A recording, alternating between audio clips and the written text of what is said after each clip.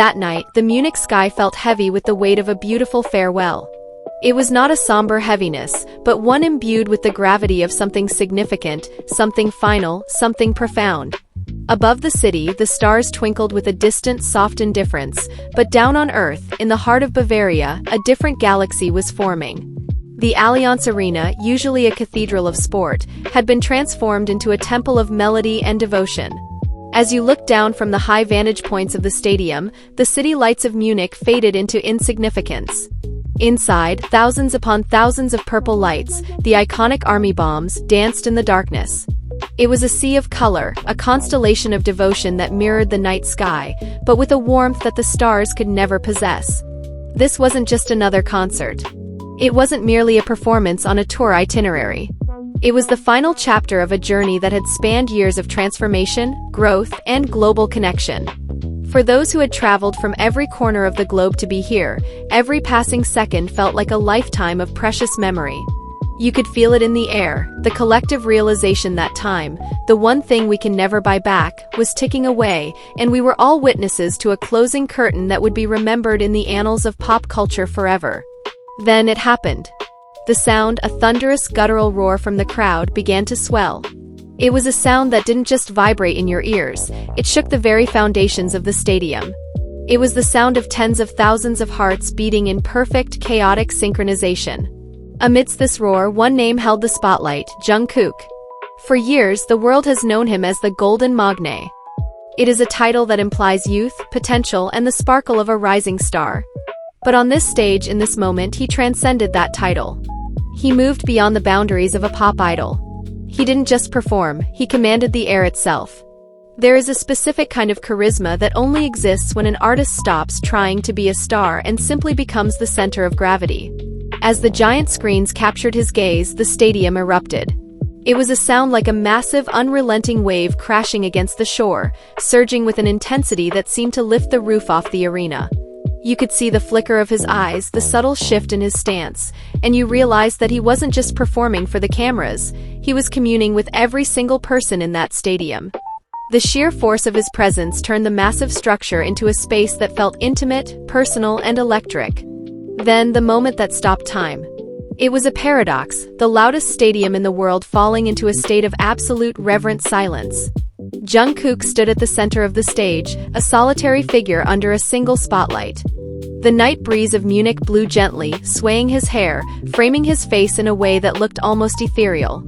He raised his microphone, and for a heartbeat, the world held its breath. He wasn't rushing. He was gathering the collective energy of the room, drawing it into himself. Then came the note. It was clear, soaring, and hauntingly powerful. It didn't just ring out, it floated through the arena like a song from the stars, something ancient and divine. For those few seconds, time didn't just slow down, it ceased to exist entirely. Thousands of people forgot to breathe. There was no screaming, no cheering, no movement, only the desperate, beautiful need to listen. In that silence, something profound was happening.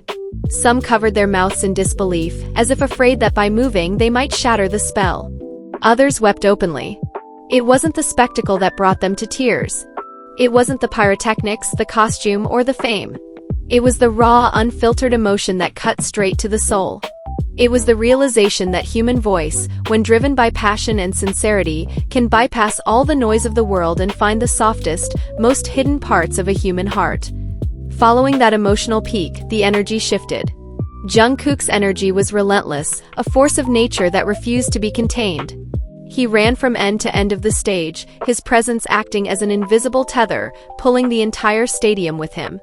Every jump was a release of pent-up passion, every smile was a promise, every wave was an acknowledgement of the bond that existed between the stage and the seats. He turned the arena into a living, breathing entity.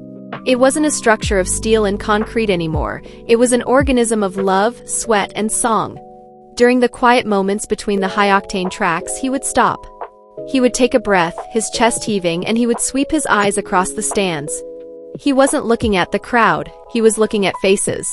You could see it in his eyes, he was trying to memorize the scene, trying to etch every waving light, every tear-streaked face, and every pair of hands held high into his memory.